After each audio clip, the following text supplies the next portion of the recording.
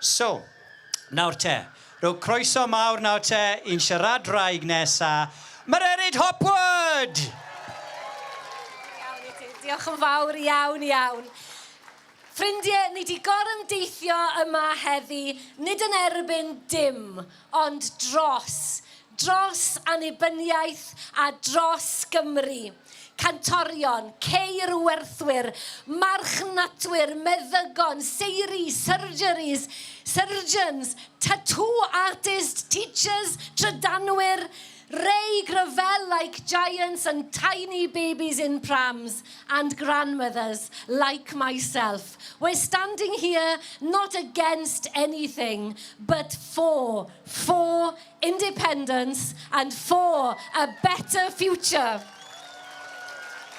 Oherwydd mae Gorymdaith dros Annibyniaeth yn orymdaith dros ddyfodol gwell. Yes, nag no, a nid i un neu ddoi ohono ni, ond dros bawb, bob un ohono ni. Ac wrth feddwl am fy ngys a gwell dyfodol, dwi wrth gwrs yn meddwl am ddeiseb heddwch ryfeddol ein neiniau ni.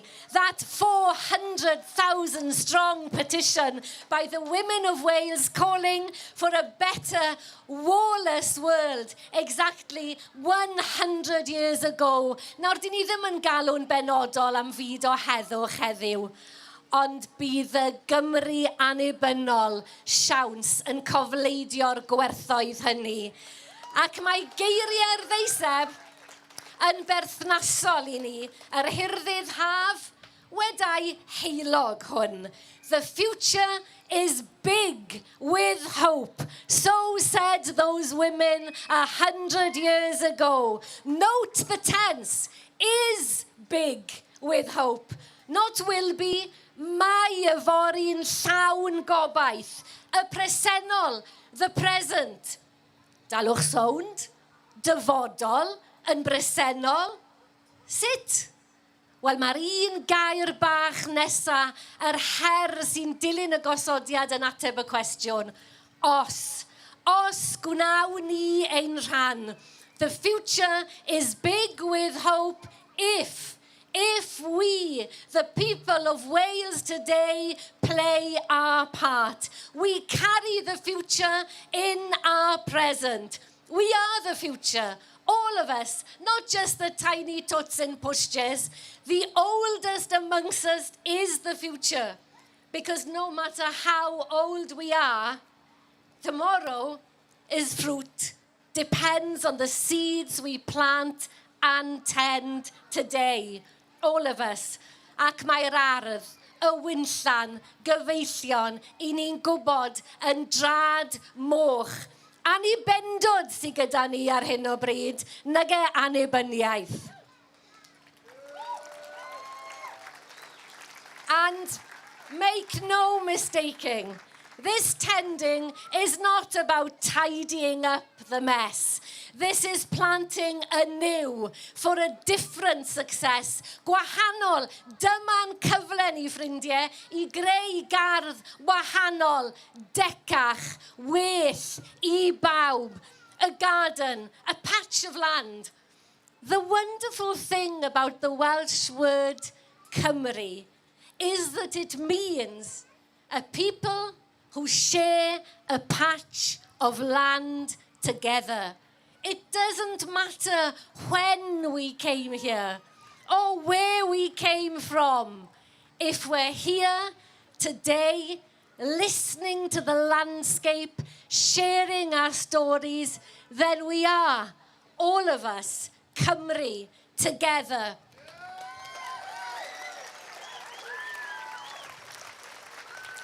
A siarad am erddi yn y Together Land hwn, yn yr allotment tu ôl I gapel y priordy, mae bwrdd bach digon hawdd i'w golli.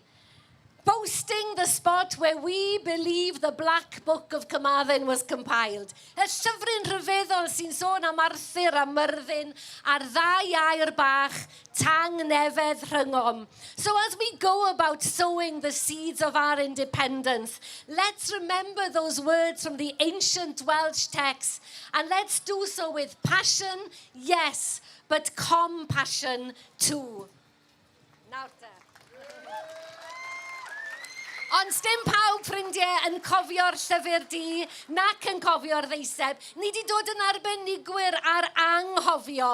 Ac eto, mae rhywbeth yn y tir sydd just yn ddigon i'n cadw ni i wybod ein bod ni yn Gymru. It's almost 500 years ago since Raphael Holinshed wrote the book, the stories of these islands, and called it, wait for it, you're not gonna like this. The title was The Chronicles of England, Scotland, and Ireland. Yet despite that sleight of hand that saw Wales vanish into thin air, Rini yma o hyd a mae tu ôl fyna, still here, but not still. No, we're moving. We're rolling up our sleeves for independence, for a better future that has already begun. Achos mae gobaith gyda ni. Practical hope. Practical hope. That energy where the future meets the present. The energy that's not a crossing of fingers, but an imagining of a better place and a finding a way to get there. Mae'r nos yn aros amdana ni, meddai Mari a Gwilym. Ydyn gyfeillio ni ar y trothwy hwnnw, y man rhwng nos a dydd, lle mae'r hen heddiw'n troi'n ddoe ac y fori'n troi'n heddiw newydd. Ac byw'n falch yng Nghaerfyrddin ers 30 o flynyddoedd a mwy, dwi'n mentro i dref fy mebyd ac fy ngeni i gloi. Nôl i Gaerdydd ac i'r brif ddinas, to Cardiff and her motto, gyfeillion, deffro, mae'n ddydd. Diolch.